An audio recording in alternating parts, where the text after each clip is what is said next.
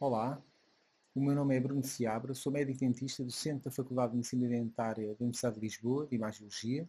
Sou também fotógrafo profissional e diretor do estúdio Light Up Studio, um estúdio de fotografia profissional.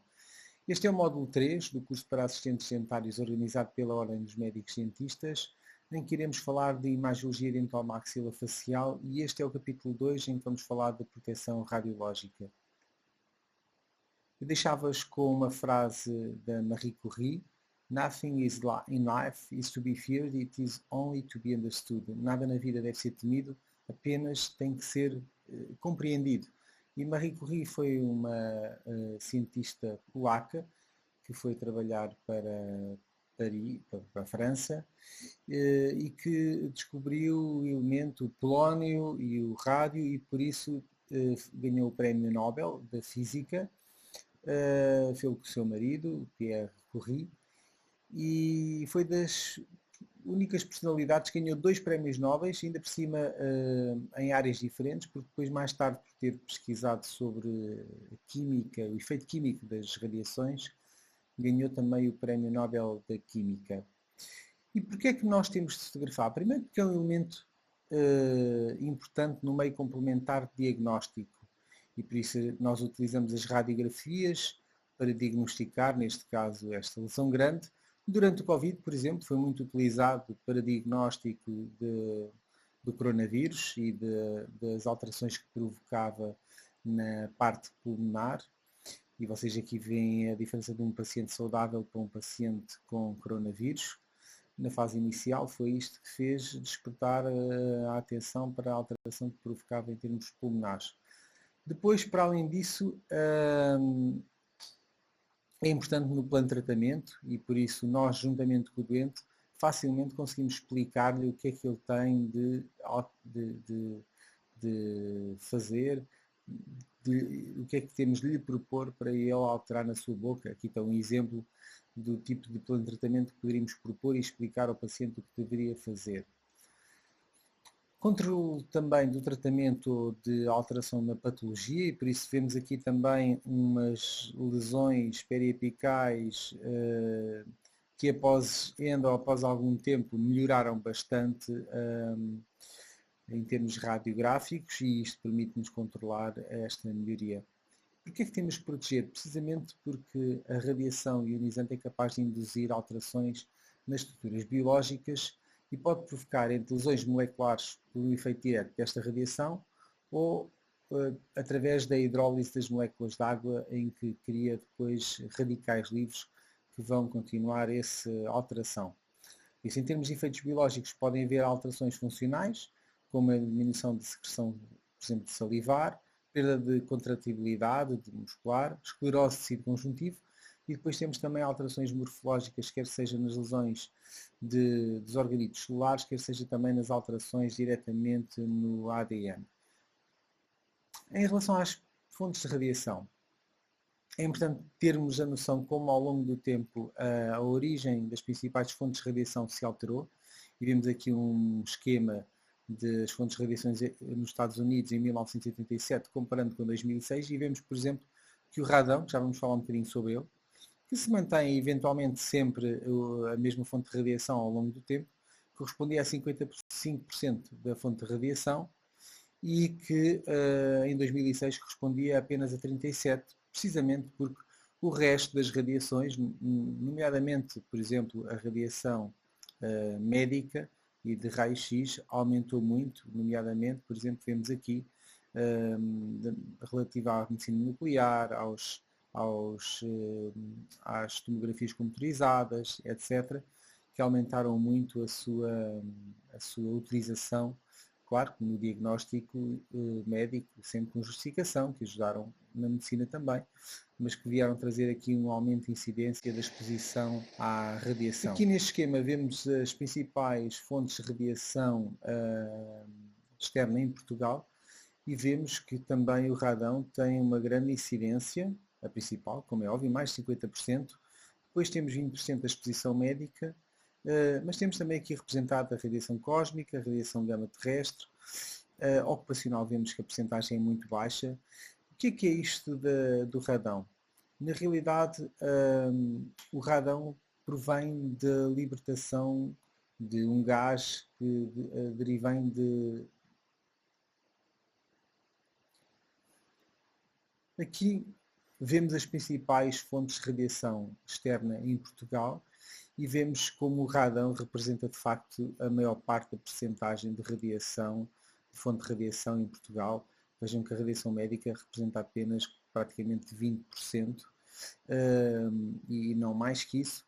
E o que é na realidade o radão? O radão na realidade provém de material radioativo, nomeadamente o urânio, e que em Portugal vemos aqui um esquema da distribuição das principais zonas de incidência do urânio, que está principalmente na zona da Viana do Castelo, da Guarda, Viseu, Porto, Braga, Porto Alegre, que são zonas que têm muitas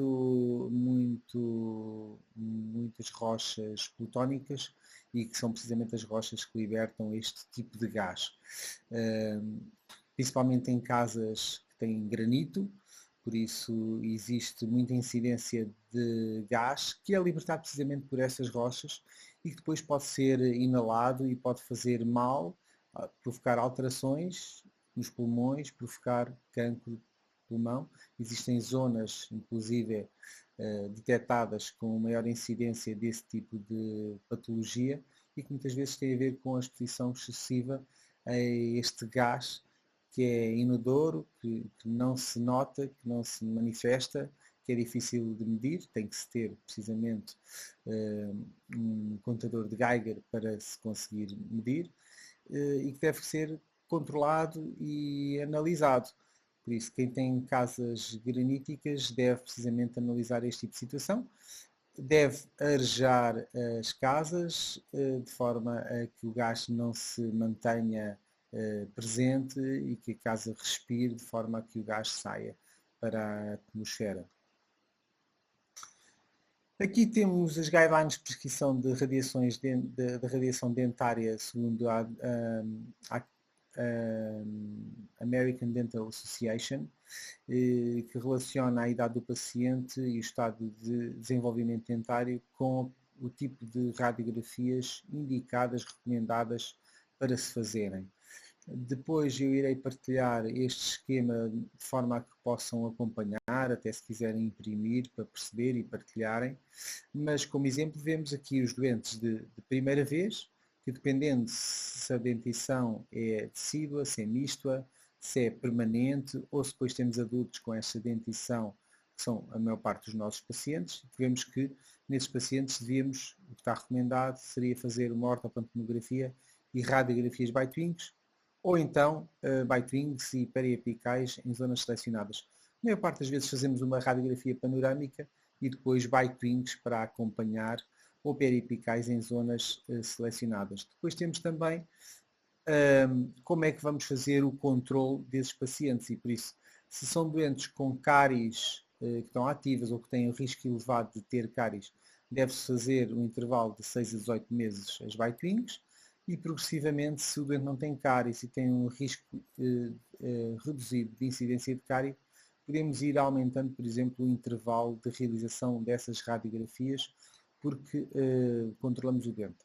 Temos também de ter em atenção que muitas vezes os doentes alteram os seus hábitos e se sentirem mais deprimidos, se tiverem passado por uma fase difícil amorosa, no trabalho, etc. O Covid veio trazer muitas depressões a toda a gente, o que alterou alguns hábitos, nomeadamente de higiene, hábitos alimentares. Tudo isso pode levar a que, de repente, uma pessoa que estava em risco baixo de ter cáries pudesse aumentar esse risco e por isso ser reposicionado e poder ter de fazer as radiografias de novo com mais frequência para controlar alguma alteração. Todos estes efeitos das radiações são efeitos que, segundo a International Commission on Radiological Protection, são efeitos acumulativos que não se pode dizer que existe uma dose que seja segura ou que seja mais perigosa na realidade eles vão acumulando e por isso ela descreveu 3 princípios. Este comitê internacional descreveu 3 princípios fundamentais de proteção que vamos ver agora. O primeiro princípio é o princípio da justificação, como está aqui escrito, proibir práticas que envolvam a exposição e radiações que não produzam um benefício social suficiente. Ou seja, nós para fazer uma radiação temos de ter uma justificação. Temos de ter um benefício para o paciente que provém dessa exposição à radiação. E não podemos fazer a execução da radiografia sem qualquer justificação. Depois, o segundo princípio tem a ver com otimização, ou seja, nós fazermos a radiografia, até se baseava num princípio ALARA, que se relacionava com fazer a radiografia as low as reasonable achievable, quer dizer, usando a radiação o mais baixo possível, sendo otimizando, se quiserem, essa radiação. Este princípio depois mudou para, mais recentemente, para um princípio da ALADA, que significava as low as diagnosticable acceptable, ou seja, tão baixo quanto diagnosticavelmente aceitável, ou seja, fazer a radiação, o mínimo de radiação, para que consigamos fazer o diagnóstico aceitável.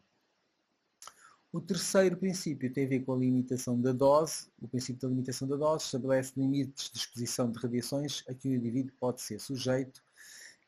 Isto para doses de exposição geral, não doses médicas, porque aí temos a necessidade, em algum caso, de controlar a evolução de uma doença, etc. E por isso, nestes casos das radiações médicas, eventualmente, em algum caso especial, a exposição à radiação pode ser aproximar-se destes limites de dose por justificação de tratamento, por exemplo.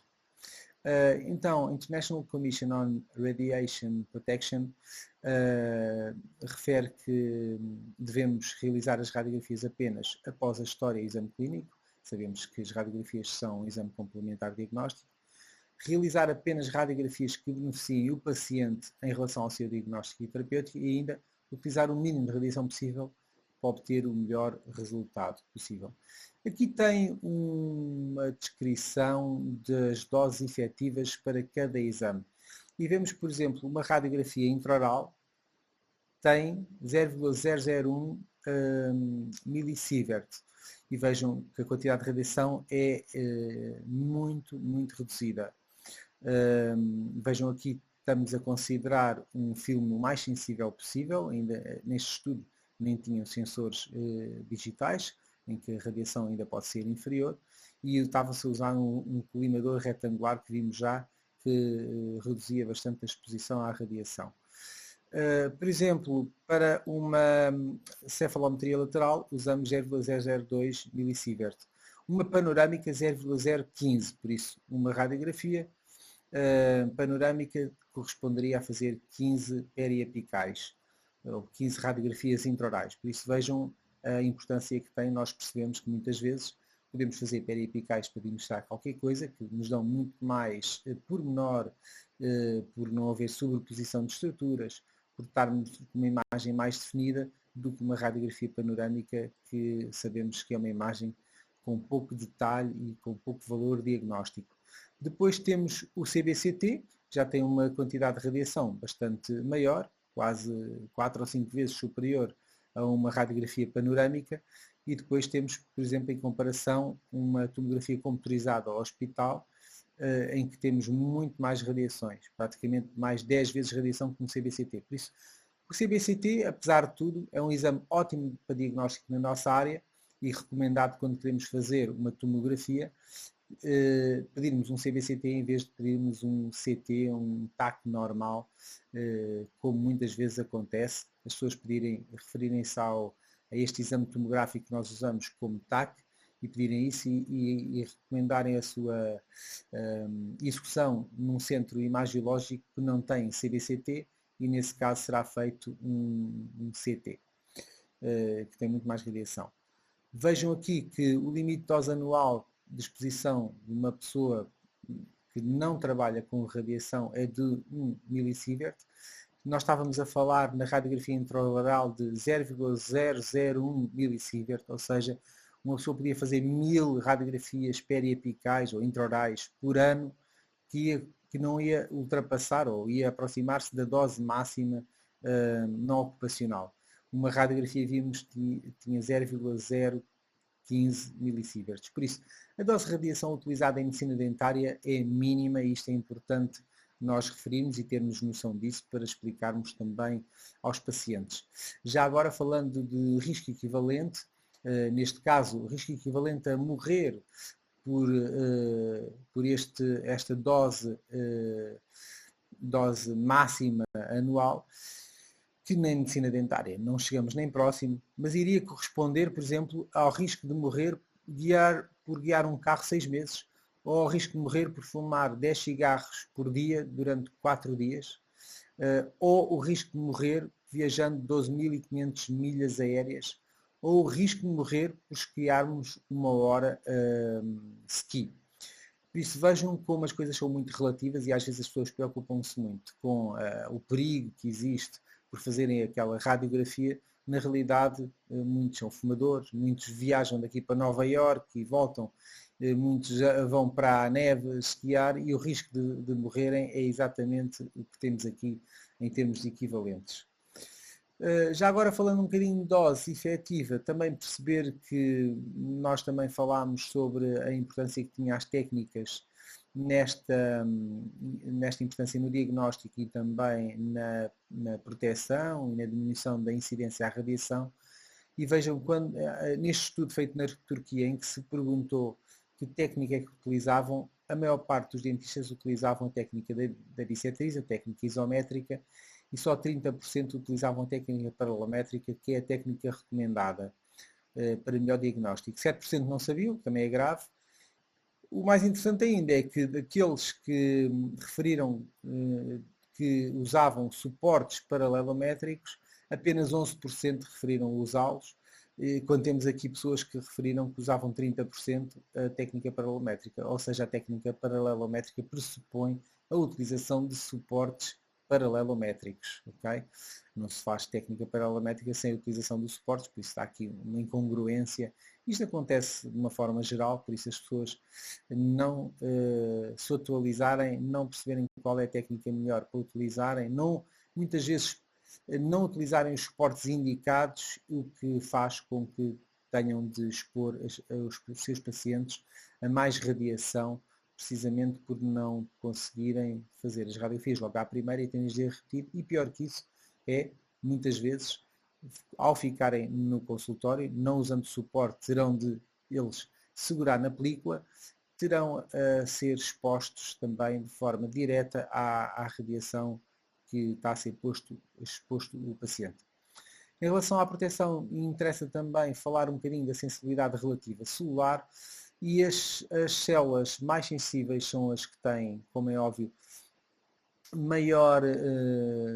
mais mitoses, maior divisão celular, por isso são células da medula óssea, linfócitos, testículos, das mucosas, da tiroide, e depois progressivamente menos sensíveis à radiação, e as células menos sensíveis são as células musculares, os neurónios, os eritrócitos nem núcleo têm, por isso não se tem sequer divisão celular.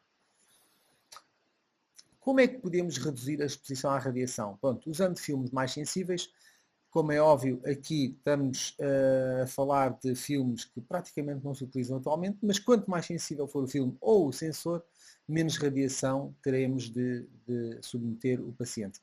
É importante perceber qual é a dose indicada para cada película, filme ou sensor, e por isso adaptar depois, como vimos na consola, isso ao sensor que temos. Depois, utilizar colimadores retangulares e por isso um status radiográficos completo com colimação retangular permite uma redução de dose de radiação sobre o paciente em 60%, faça uma colimação circular. Então, a área, como é óbvio que existe aqui num colimador retangular, é muito inferior à área de exposição de um colimador circular. Se virem, a película iria ficar aqui no meio, e isto corresponde a reduzir a dose em 60%. Vejam a quantidade de radiação que se reduz.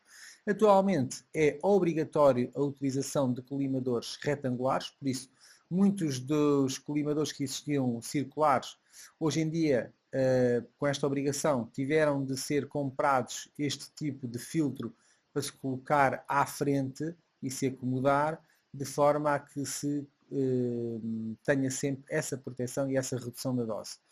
Também sabemos de feedback que ouvimos que muitas vezes, como estes filtros foram comprados posteriormente e são adaptados, os médicos, se não usarem suporte, não acertam na película, porque a película, o sensor tem exatamente esta medida e só utilizando, por exemplo, o suporte RIN XCP, se consegue acertar, porque temos a indicação exterior, com o apoio do suporte, de exatamente onde é que fica, onde é que está o sensor, e por isso só desta forma é que conseguimos acertar na radiografia à primeira. Depois, utilizar, como é óbvio, estamos a falar, suportes radiográficos apropriados, por isso este será também um suporte parecido com o RIN XCP, que também serve para fazer este tipo de radiografias, e vemos que nesta parte aqui nós temos as marcas correspondentes ao colimador retangular e assim desta forma é fácil orientar e não falhar a radiografia que fazemos. Em relação a este, por exemplo, será muito mais fácil falhar, porque não tem nada exterior que nos indique para que lado é que temos de indicar. Isso.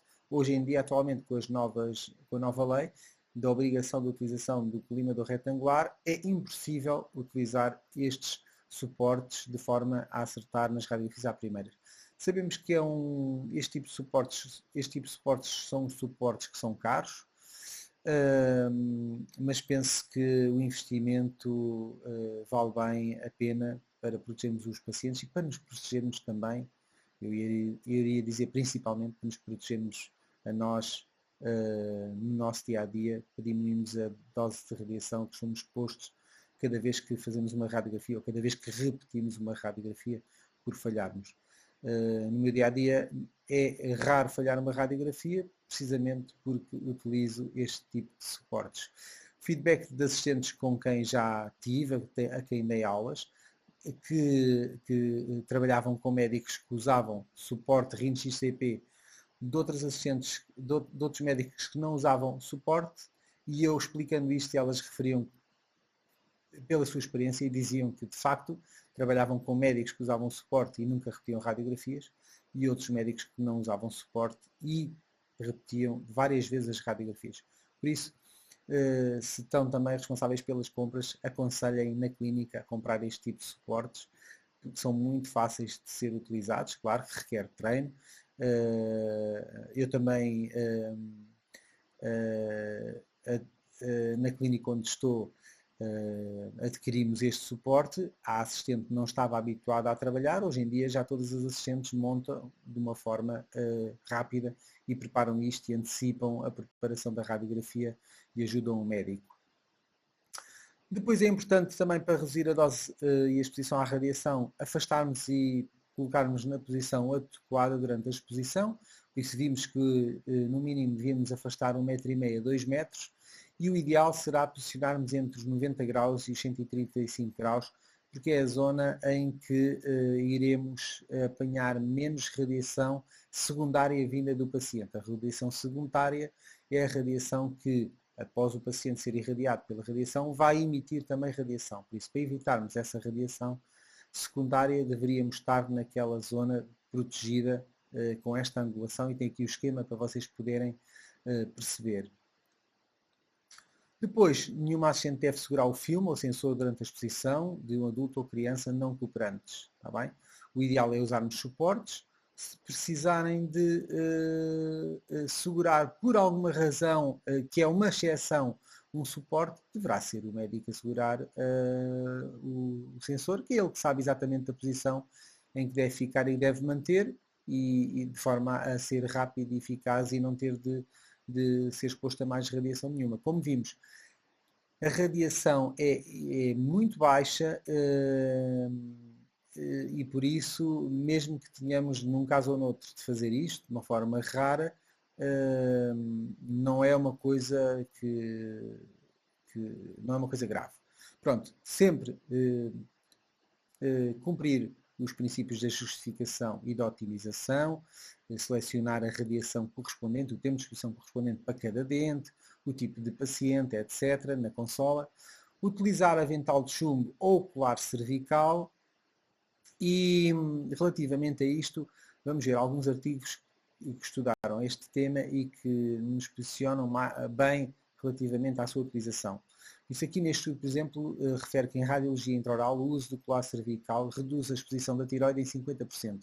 As células da tiroide são das células mais sensíveis, por isso é recomendado que se utilize este colar cervical para reduzir a incidência sobre a tiroide nas radiografias periapicais. No entanto, quer os aventais de chumbo com este colar, quer os próprios colares não devem ser utilizados na panorâmica porque vão interferir com a imagem.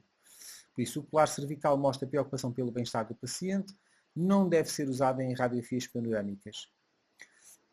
Outro estudo refere que indivíduos com menos de 30 anos apresentam maior risco de tumores da tiroide induzidos por radiação, por isso os colares cervicais devem ser utilizados quando se executam radiografias intraorais nestes pacientes, exceto em situações em que o uso possa interferir com o feixe de radiação, nomeadamente vimos a radiografia panorâmica. Por isso, recomendamos fortemente o uso do colar cervical, o relativo baixo custo torna o seu uso obrigatório. Por isso, importante adquirir colar cervical para utilizar nos pacientes